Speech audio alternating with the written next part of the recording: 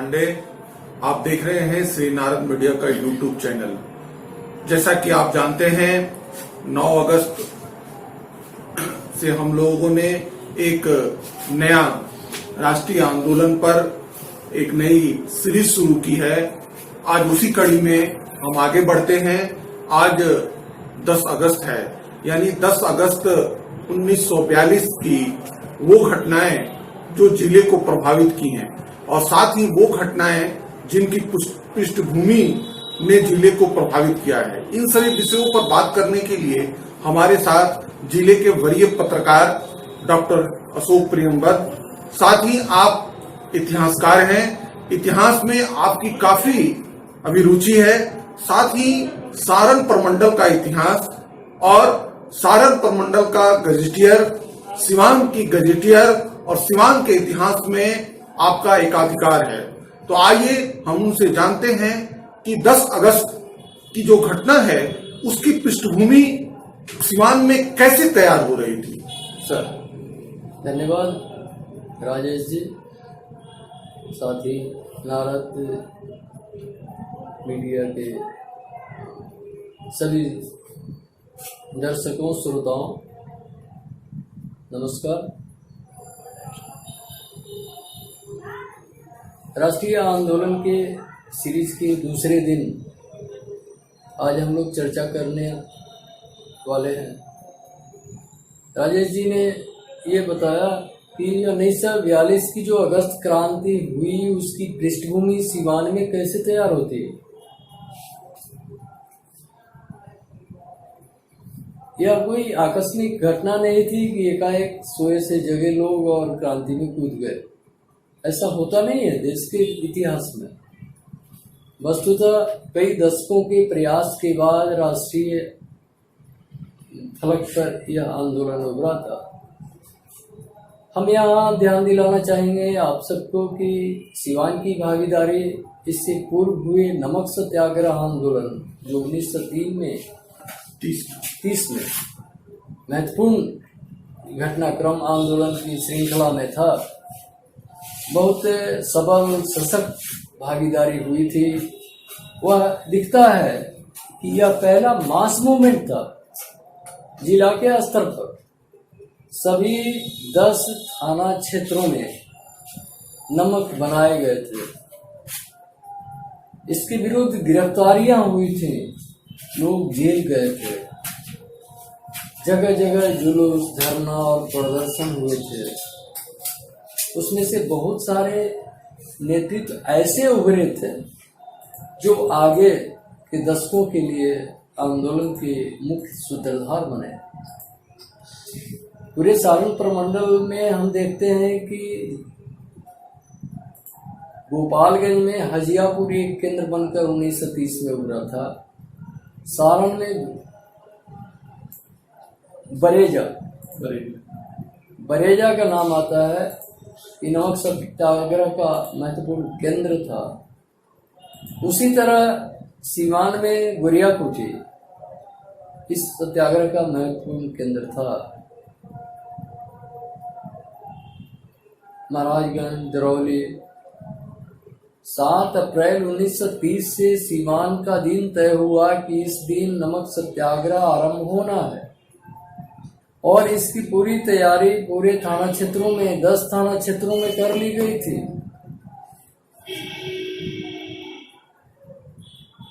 मुरारपट्टी, रघुनाथपुर, जयजोर, मैरवा, महाराजगंज, बंगरा, सिसई, ये सब गांव आंदोलित हो रहे थे और वहां आंदोलनकारियों की टीम सशक्त होकर काम शुरू कर रही थी। इससे पहले यह आंदोलन आखिर क्यों मजबूत हुआ सिवान में, क्यों उभरा, इसके पहले आप थोड़ा गौर करेंगे। 1929 में लाहौर अधिवेशन में पूर्ण स्वराज की घोषणा कांग्रेस ने किया था। हाँ, ठीक उसकी एक साल बाद 26 जनवरी 1930 को सिवान के 6 स्थानों पर झंडा फहराए गए थे। वो महाराजगंज है, मैरवा है, मुरार पट्टी है, रघुनाथपुर है, सिवान है। सिवान के बगवा गेट पे। हाँ, तो सिवान के 6 स्थानों पर ठीक 1 साल बाद स्वराज की मांग करते हुए क्रांतिकारियों का जुटना और झंडा फहराना बहुत बड़ी घटना है। बता रहा है कि सिवान जग चुका था। इसके बाद एक बड़ी घटना होती है जब जवाहरलाल नेहरू, कमला नेहरू सिवान में आते हैं। 31 मार्च को उनकी एक मीटिंग होती है महाराजगंज की बंगला में। उसमें हजारों भीड़ जुटती है, पैसे का आह्वान होता है, महिलाएं गहने तक दान करती हैं, पैसे घरों से निकलकर वहाँ इकट्ठे होते हैं, उनकी आरती उतारी जाती है, नए कपड़े दिए जाते हैं। रामायण शुक्ल जब उनकी बैठक दरौली में चल रही थी, खोइछा देना, यह सब जो ग्रामीण परंपरा का हिस्सा था। उनकी उस दौर में मीटिंग हुई थी, आपको बताएं कि रघुनाथपुर में, दरौली में, मैरवा और सिवान में गौशाला के पास इन्होंने, जवाहरलाल नेहरू ने मीटिंग एड्रेस किया था। इसमें बहुत व्यापक भागीदारी थी लोगों की और इसका ये नतीजा हुआ कि आगे के दिनों के लिए सिवान में एक ऐसी जमीन तैयार हो गई जिसने इस मूवमेंट को या उससे जुड़े किसी भी आह्वान को लोगों को सड़क तक उतार दिया। पूरा सिवान आंदोलित हो उठा था। उसी का प्रतिफल था कि अगले 2 महीने अर्थात 7 अप्रैल को, 7 दिनों के बाद 31 मार्च को उन्होंने यात्रा की थी और 7 मार्च 1930 को नमक सत्याग्रह का आह्वान सिवान के लिए हुआ कि इसी दिन एक महत्वपूर्ण घटना आपको बताएं कि गोरियाकोठी हाई स्कूल में उस समय निर्मल दास घोष प्राचार्य थे। अंग्रेजों की टुकड़ी जब वहां पहुंची सत्याग्रहियों को पकड़ने के लिए, तो उन्होंने स्कूल परिसर में उनके प्रवेश को पर आपत्ति उठा दी। नतीजा ये हुआ कि उन्हें अरेस्ट किया गया और उनकी सेवा भी समाप्त कर दी गई। ये बताता है कि कमिटमेंट का लेवल कितना ऊंचा था, क्या उत्सर्ग था, क्या त्याग था। जो पीढ़ी इसके लिए संघर्ष पर उतारू थी, मोहमित्र शर्मा, महादेव स्वराजी के नाम से एक व्यक्ति जो यहाँ नेतृत्व कर रहा था, डॉक्टर राजेंद्र गुप्ता के घर जला दिए गए, ऐसे अनेक लोग, सरजू प्रसाद, डॉक्टर सरजू प्रसाद, ये उस सत्याग्रह के उपज थे जिन्होंने नेतृत्व किया था। सिवान इन्हें नहीं भुला सकता है। सिवान की नई पीढ़ी को चाहिए अपनी स्मृति में इन लोगों को रखे, उनसे आदर सम्मान पाए। सर, जैसा कि आप बता रहे हैं कि 1942 का आंदोलन है, उसकी पृष्ठभूमि नमक सत्याग्रह से प्रारंभ हो चुकी थी। ये 1942 का जो समय है, इस समय जनता काफी आंदोलित है, काफी पैशनेट है। मतलब किसी भी तरह से मुझे ये आजादी लेनी है। अब जो अपने दादा परदादा से वो लोग कहानियां किससे सुनते आए हैं 1857 वाली, वो अब गलती नहीं करनी है। प्रत्येक व्यक्ति जो है वो नेता हो चुका है। और जैसा कि आपने बताया कि मुरार पट्टी, सिसई, बंगरा और दरौली, मैरवा, इन सभी जगहों पे जो नवयुवकों की टोली है और वो सरकारी मिशनरी का बहिष्कार कर रहे हैं, जो सरकार में है वो भी आंदोलनकारियों का साथ दे रहे हैं। तो सर, ये जो 1942 का ये जो अगस्त क्रांति के बाद का जो आंदोलन है, ये समाज को किस दिशा में ले जाता है, समाज पर अपना कैसे प्रभाव छोड़ता है? देखिए, इसके पहले गौर करने की बात है कि आंदोलन की दो धाराएं समानांतर रूप से चल रही थी, एक गांधी के नेतृत्व में और दूसरा क्रांतिकारियों के नेतृत्व में। 1930 और 31 का वर्ष अत्यधिक महत्वपूर्ण और संवेदनशील इसलिए है कि इसी वर्ष भगत सिंह, सुखदेव और राजगुरु को फांसी दिया जाना, जतीन्द्रनाथ दास 63वें दिन भूख हड़ताल से निधन होना। तो क्रांतिकारी जो विचारधारा थे उसमें एक उबाल, उसने भी सिवान के जनमानस को द्वेलित किया, प्रेरित, प्रभावित किया। सुभाष चंद्र बोस का भी प्रभाव उनके भाषणों का, उनके हाँ, इस घटना का सबसे सीधा प्रभाव हम देखते हैं अभिव्यक्त होती है जब काशी हिंदू विश्वविद्यालय में पढ़ने वाले विद्याभूषण शुक्ल थे, जब जतीन्द्रनाथ दास का शव लाहौर से लाया जा रहा था बंगाल के लिए, तो मुगल सराय स्टेशन पर उन लोगों ने उसे प्राप्त किया। उस पर चढ़े हुए फूलों, उनके शव के साथ हुए बैठे फूलों को लोगों को देना और उनके प्रति सम्मान, यह करते हुए देख लेना ही काफी था अंग्रेजी हुकूमत के लिए। जनता वो दलित हो चुकी, जनता ही नहीं, विद्याभूषण शुक्ल पर या उनके और एसोसिएट्स जो उस समय मौजूद थे, कड़ी निगरानी और पहरेदारी रखी जाने लगी। इसी बीच कनॉट पैलेस दिल्ली में एक बड़ी डकैती की घटना होती है, डोदिया डकैती कांड के नाम से जाना जाता है। उसमें विद्याभूषण शुक्ल को शामिल मानकर हिंदू छात्रावास से उनकी गिरफ्तारी होती है बनारस से, फिर उन्हें मुजफ्फरगढ़ जेल, नैनी जेल करीब करीब 7 वर्षों तक रखा जाता है। इससे यह घटना बताने के लिए काफी है कि चंद्रशेखर आजाद के क्रांतिकारियों की जो टीम थी, उस टीम का प्रभाव सिवान पर भी था, सिवान के युवाओं पर भी था। दो धारा उस समय चल रही थी, एक गांधी जी की और एक क्रांतिकारियों की, और दोनों का एक ही मकसद था कि किसी भी तरह से।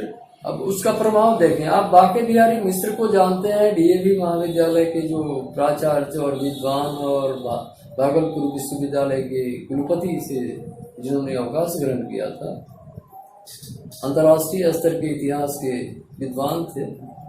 वे जमशेदपुर में 1930 में इंजीनियरिंग की पढ़ाई कर रहे थे,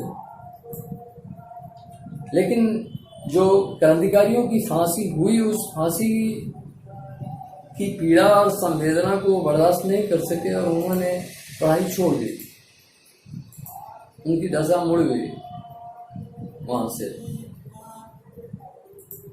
तो ये बहुत गहरे प्रभावित करने वाली घटनाएं हैं, उद्वेलित करने वाली हैं, जिसमें दोनों धाराएं समान आदर पाती हैं सिवान की जमीन पर, चाहे वो गांधी के सत्याग्रह हो या क्रांतिकारियों के आंदोलन हो। दोनों के लिए समान आदर, समान भावना, समान भागीदारी सिवान के जनमानस में रही है। इसे नकारा नहीं जा सकता है। चंद्रशेखर आजाद की यात्रा भी यहाँ होती है। बीएम हाई स्कूल में एक शिक्षक थे जिनके तार चंद्रशेखर आजाद की क्रांतिकारी टीम से जुड़े थे। तो सुभाष चंद्र बोस भी इस धरती पर आजाद हिंद फौज की स्थापना के लिए और सहयोग के लिए आह्वान करते हैं। वही क्या, राहुल संकीर्तन जैसे समाजवादी व्यक्ति, ये कथा भी बहुत रोचक है। अमवारी में श्यामदेव नारायण का नाम आप नहीं भूल सकते हैं, भागल के, जो बांकीपुर जेल कांड, बम कांड में अरेस्ट हुए, काले पानी की सजा हुई, सजा काट के चले भी आए। 1937 में जब सरकार बनी उसमें सिवान के एक मंत्री भी बने, डॉक्टर सैयद महमूद। उस मंत्रिमंडल में ये तय किया कि जो कालापानी और जेल की सजा काट रहे हैं उन क्रांतिकारियों को अगर छोड़ा जाता है तभी हम सरकार में काम करेंगे, अन्यथा ये रिजर्वेशन लिया जाए।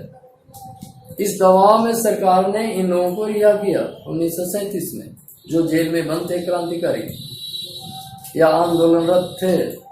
उन लोगों पर एक अनुग्रह किया दबाव में, तब ये सभी मुक्त हुए। उसी में विद्याभूषण शुक्ल भी रिहा हुए और उसी दबाव में श्यामदेव नारायण भी कालापानी से अंडमान जेल से बाहर आए। तो वह एक घटनाक्रम थे। ठीक इसी साल, इसी दौर में 38-39 में किसान आंदोलन आरंभ होता है और इसके सूत्रधार बनते हैं राहुल शांकृत्यायन। हम जहाँ ये इंटरव्यू या बात कर रहे हैं स्वामी सहजानंद सरस्वती के आह्वान पे, हाँ, हमारे उसका केंद्र बनता है। हम जहाँ अभी बैठे हैं और ये बात कर रहे हैं, वहां से 10 कदम की दूरी पर वो 6 महीने तक जेल में रहे थे, आपको पता है। 6 महीने की सजा, 30 रुपए जुर्माना और सिवान की इन्हीं सड़कों पर हथकड़ी लगाकर उनको ले जाया गया था। जेपी चौक के पास जो जेल है। पुराना जेल, छोटा सा जेल। लेकिन जो आंदोलन हमारी से शुरू हुआ वह छितौली, गोरियाकोठी, अमलोरी जैसे कई क्षेत्रों में, बाला एक महत्वपूर्ण गांव है बसंतपुर में, वहां बढ़का, भोपतपुर वहां भी बढ़का। तो कोई भी आंदोलन को कुचला नहीं जा सकता है, ये एहसास तो दिलाने लगा था पिछला दशक कि किसी को दमन पूर्वक, उत्पीड़न पूर्वक, भय पूर्वक कुचला और दबाया नहीं जा सकता है। जितना भी हम उस पर उत्पीड़न और अत्याचार करेंगे। एक घटना आपको बता, चौकीदारी टैक्स के विरोध में सिवान में पहली शहादत 1930 में होती है, बड़हुलिया में। गंगा प्रसाद राय, फरौली के, हाँ, बड़हुलिया के रहने वाले थे और टैक्स वसूली के लिए वहाँ जो टामी अंग्रेजी सिपाही घुड़सवार से गए थे, गांव वाले ने उन्हें लाठी गरसे से घेरा और हमले कर दिए ईंट पत्थरों से। गोलियां चलानी पड़ी, कुल 9 गोलियां चली, जिसमें गंगा प्रसाद राय ने शहादत दी।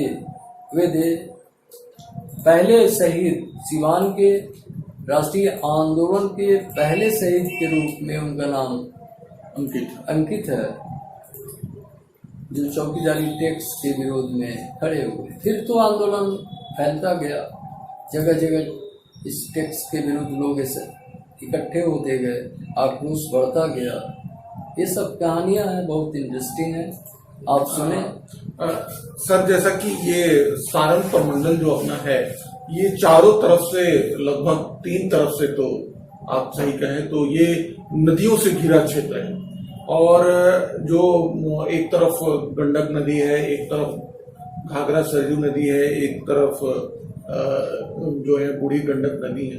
ये नदियों से घिरा हुआ क्षेत्र है और बिल्कुल जो क्रांतिकारी हैं, जो लोग हैं, उन्होंने नदियों को बिल्कुल अपना किला बना लिया है। लेकिन सर, ये जो पूरा जो क्षेत्र है, ये यूपी से सटा हुआ है और यूपी में जो आंदोलन हो रहा है, यानी गोरखपुर में जो कुछ भी हो रहा है उस समय, उसका प्रभाव सिवान पे काफी पड़ रहा है। सर, इसके बारे में कुछ बताएं। देखिए, वस्तुतः सारण प्रमंडल का जो भौगोलिक भूभाग है, बनावट है, वह बिहार से स्थल रूप से कनेक्ट कहीं नहीं है। एक तरफ घाघरा उसे अलग करती है और दूसरी तरफ गंडक। सिवान, छपरा और गोपालगंज का यह भूभाग गंडक और घाघरा के दुआबे का नाम है। अगर हम और पीछे जाते हैं तो इसे मान राजा के इतिहास में आगे इस पर बातें होंगी। लेकिन हमारा ज़्यादा करीबी रिश्ता स्थलीय संपर्क होने के कारण उत्तर प्रदेश से ही है। देवरिया है, गोरखपुर है, जिससे बलिया है। बलिया भी स्थल से जुड़ा नहीं है सीमांत से, लेकिन ये करीबी रिश्ते हैं। तो हमारा प्रभाव उन पर या उनका प्रभाव हम पर ज़्यादा करीब से महसूस होता है। ये 1 दिन 2 दिन की सहस्त्रों वर्षों पुराने उदाहरण इसके मौजूद हैं।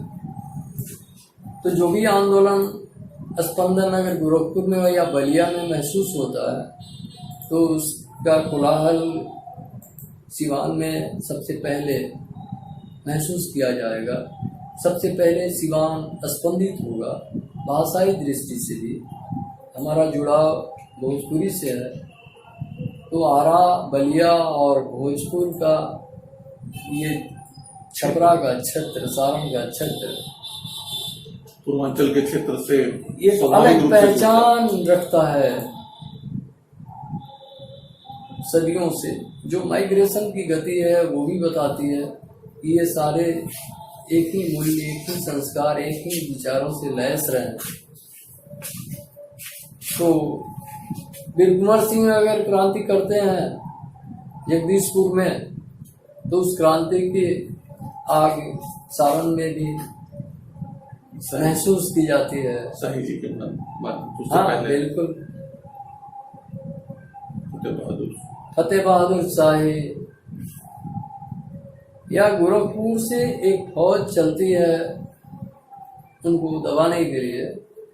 जगदीशपुर के आंदोलन को दबाने के लिए गोरखपुर से फौज बढ़ती है आगे अंग्रेजों की।